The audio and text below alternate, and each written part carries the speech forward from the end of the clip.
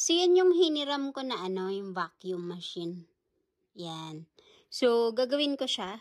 Lagyan muna natin ng shampoo. Kasi nilagay ko yung dun sa sa kitchen. So, ito yung shampoo na nabili namin. Lagyan ko to kasi ito yung pinaka nung parang timba ng machine. Yung sa carpet machine na yan.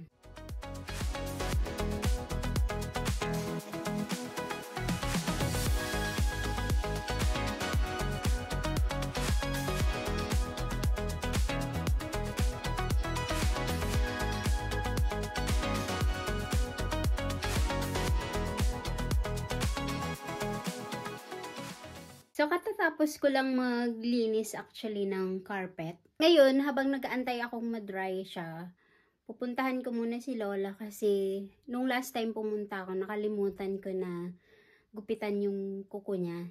Yung fingernails lang. Pupuntahan ko siya ngayon kasi yun lang yung gagawin ko. Kasi actually doon na ako galing last Monday. Pumunta din ako doon kasi nga dinala ko doon yung mga trousers niya na nilagyan ko ng labels. Nani is not here yet, so I'm in her room. So, aantayin natin siya kasi nung dumaan ako doon kanina sa table nila, kumakain pa siya. So, I'll wait for her for a bit. And then, yeah, I'm just gonna do it quick. I'm just gonna cut her nails. And then, come back home kasi nagugutom na ako. I want to cook and eat as well. So, yeah. Siya lang talaga yung pinunta ko. Putulin yung kuko niya.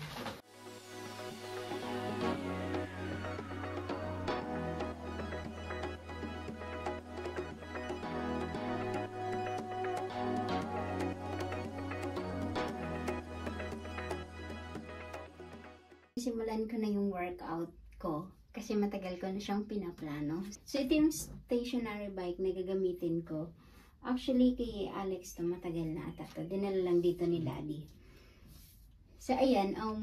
Dito ako ngayon sa I don't know how you pronounce it, pero parang conservatory.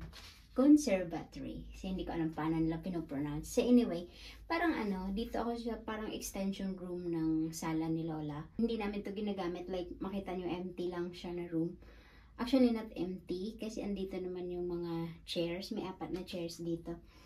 Ang ganda actually ng view ko dito kasi tingnan nyo pag binuksan ko tong blinds, yung garden ni Lola yung pinaka view niya dito. So ito.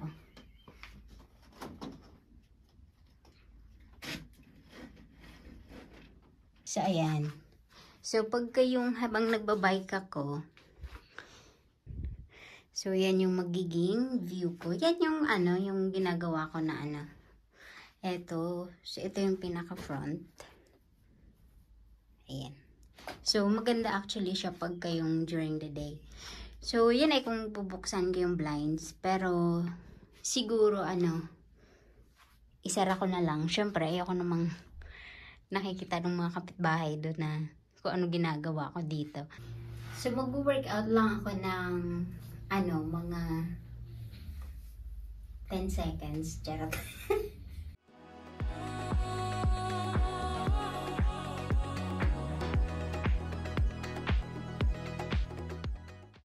Hinihingal na ako. Kakatapos ko lang mag-workout. So, ngayon, is lulutuin ko naman tong sweet potato. Ibibake ko lang siya. Kasi, diba I told you last time, when I tried to boil it, I think parang sobrang watery siya. So, and then after that, meron kasi akong sweet potato last time. So, I just slice it and then put in the oven with cheese on the top, and it was perfect. So I'm gonna do the same. I'm still tired, and at the same time I'm gonna cook some banana as well. It's banana bread, but instead of putting some flour in it, I'm going to put some oatmeal. So I'm gonna change it up with oatmeal. So ayan, gagawin ko is soak ko muna tong oatmeal.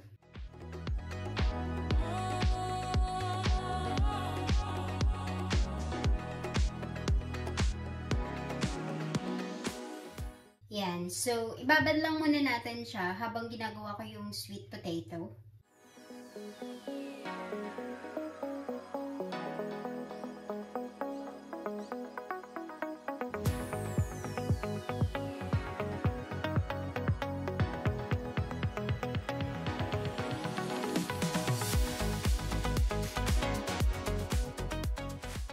Gagawin ko, lagyan ko muna ng butter yung tray.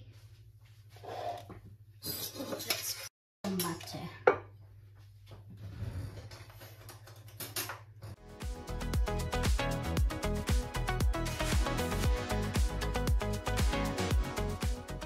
Ayan, medyo dinamihan ko lang yung butter. Kasi yan na lang din naman magpapaluto sa kanya. Ayan. So, I'm just using my hands kasi it's just gonna be me that gonna eat in a way. Alex wouldn't eat any of this. So, it doesn't matter.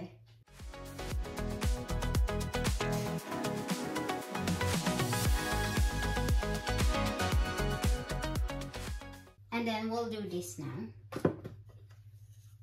Ooh. So, medyo soft na siya. Ngayon naman is, gawin naman natin yung banana. Ayan. So, yung banana ko medyo hindi siya overripe. But hopefully, magiging okay siya. Lagay ko muna yung basura ko dito. Kasi alam nyo ba dito kung bakit talagang ganun yung, like yung basura? Kasi nga, sobrang nila dito, sobrang higpit. Like, di ba sa basura sa atin, halo-halo na yung lahat. Dito iba, kailangan yung pagkain, ibang basurahan. Kumbaga may specific basura talaga sila. Tapos like, yung kuha ng basura nila, like bukas yung kukunin nila. Kasi every Friday sila nagko-collect ng basura. So yung kukunin nila bukas is yung garden namin na basura. Tsaka yung mga recyclable na basura. Tapos yung yung mga pagkain, food waste. So kailangan magka-separate yun lahat. Pagka ilabas mo or else siguro hindi nila kukunin or baka ma-fine ka.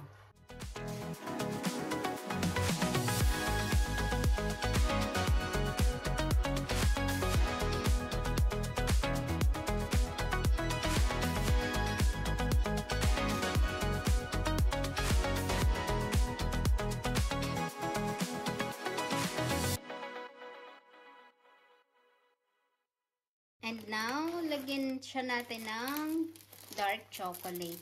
So, ito kasi 50 grams tong, kasi dalawa yung binili ko. So, per pack, kasi ito, 25 grams. Uubusin ko siya. Kasi di ba nga, wala naman akong nilagay. So, wala naman akong nilagay na sugar.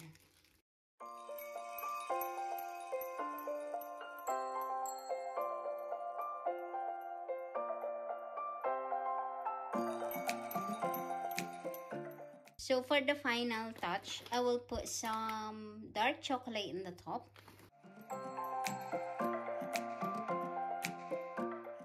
Ayan. So, luto na ang ating banana. Oh, dumikit yung gilid. Ayan. So, ngayon is Saturday. Walang work ngayon si Alex. So, umalis lang siya para ihatid yung pinsan niya. Kasi dito natulog kagabi. And then, nag-message ako sa kanya kung pwede siyang bumili ng cheese. Kasi lulutuan ko siya ng lasagna. So, ibahin ko yung way ko ng pagluluto ng lasagna. Kasi may nakakain kaming pasta dito. So, gagawin ko siyang similar to that, the way na ginawa nila yung pasta. Pero ibahin ko yung, pero yung sauce ko is yung lasagna talaga. And pork yung gagamitin ko since hindi ako makain ng beef. Lutuin muna natin yung minced pork.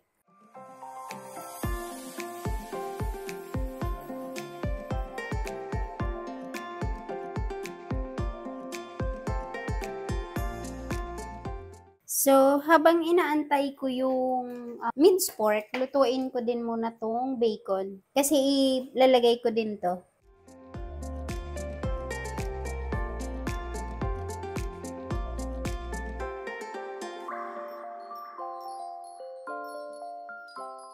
So, ito yung gagamitin ko.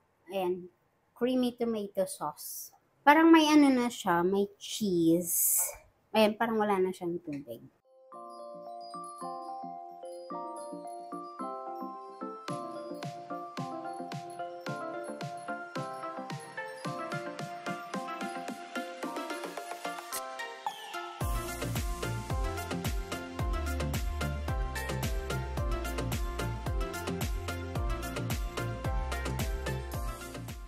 So, ito yung gagamitin kong pasta. Calazione lasagna. Barilla yung niya. So, lagyan ko siya ng konting salt. Mainit na kasi yung water ko. Ayaw kasi siya masyadong ma-overcook.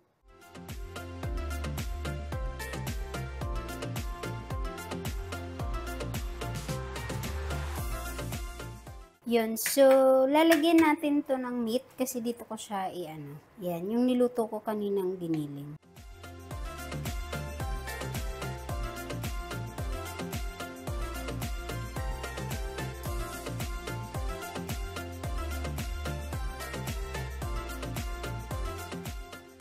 So, simulan na natin. So, lagyan ko muna siya ng cheese. Ito yung pasta kong niluto kanina. Lagyan natin ng meat. Kunti lang, kasi may meat naman na dun. Ayan. Tsaka baka mamaya hindi ko na rin ma-roll. And yung bacon. So, i-roll ko siya. Yan. Then, ayan. So, ilalagay ko siya dyan ng ganyan. So, naka-roll.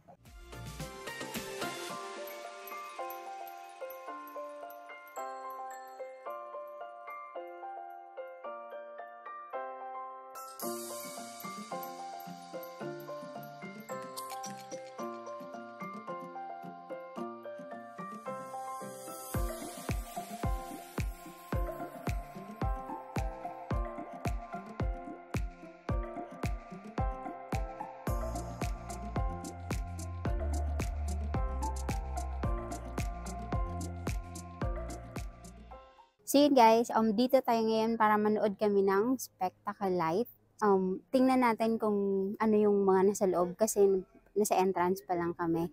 Sana maging okay siya, and by the look of it naman kasi iba-iba yung light, so parang maganda. We'll see and then we'll show you what they have here. So yeah. Yeah, so ayan, kung makita niyo ang daming iba-ibang kulay na lights. Yan. Yeah, ayan yung pinaka-entrance nila doon. Ang ganda, diba? And then, so dito kasi, makita mo, mga trees lang siya. Tapos parang may manilagay silang LED light, iba-ibang kulay. And then, basta parang naging, ang ganda na nung kulay ng mga trees.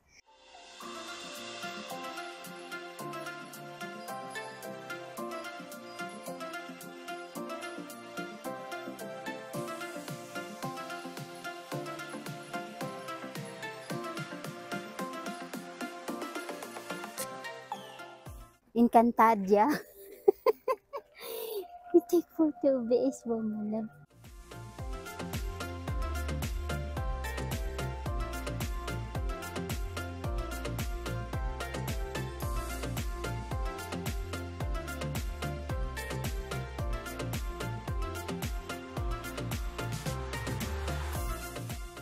Tapos ayan, tingnan niyo yung tubig. Sobrang linaw.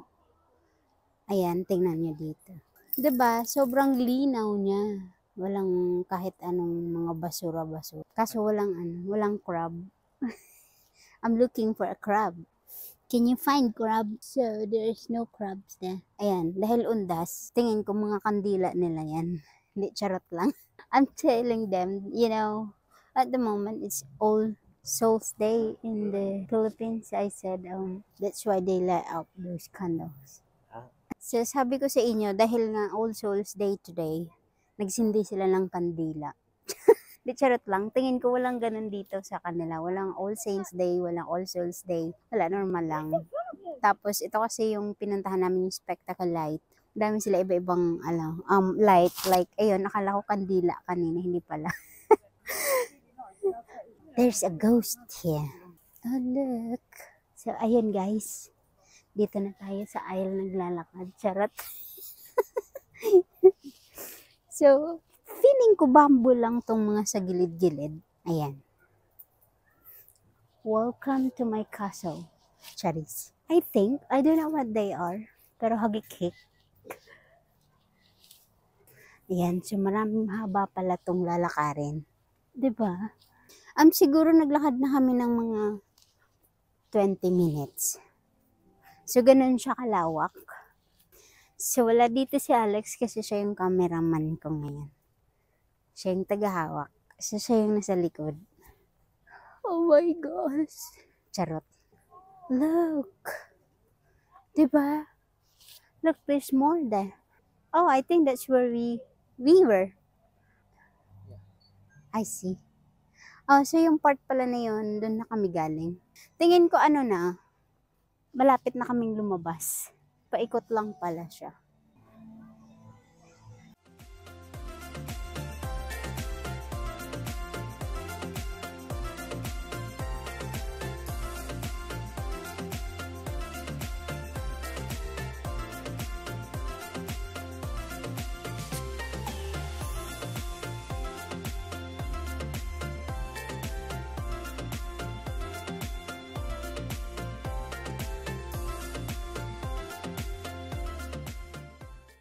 look, it's nice here as well. The color of it. It's autumn thing. The vibrant of it. The trees. So I think we're heading back now. Out. Parang nakikita ko na kasi yung gate. Mukhang palabas na to. So yeah, I lost my microphone. The foam of it. So I have to change one. But then, ang ginawa ko na lang, bag ko hinawakan ko. Kasi tingin ko kakalipat-lipat ko ng bag ko na ano ng bag. So ayan, walang palabas na kami. Malapit na to sa gate. Sa Disneyland na tayo. Huh? So ayan yung sinasabi ko ayan yung sinasabi ko sa inyo kaninang kandila. Hindi pala siya kandila. So mga ilaw lang yan. So ayan, Disneyland ata yan. Charot. I was telling them I think that's a Disneyland. Not far. So, yep. Oh. Ayan, welcome sa bahay ko. Charot. Ayan, so natapos na kami. Tapos na kami mag-ikot. Palabas na kami ngayon. So far, okay naman. Siguro mga 30 minutes yung nilakad namin. I think we walked for like about 30 minutes or more. So, ayun, puro lang talaga siya lights. Kasi syempre, nakalagay naman spectacle lights. So, meron din naman actually mga bibilhan ng pagkain. Pero grabe yung pila, so hindi na kami bumili. Siguro kakain na lang pag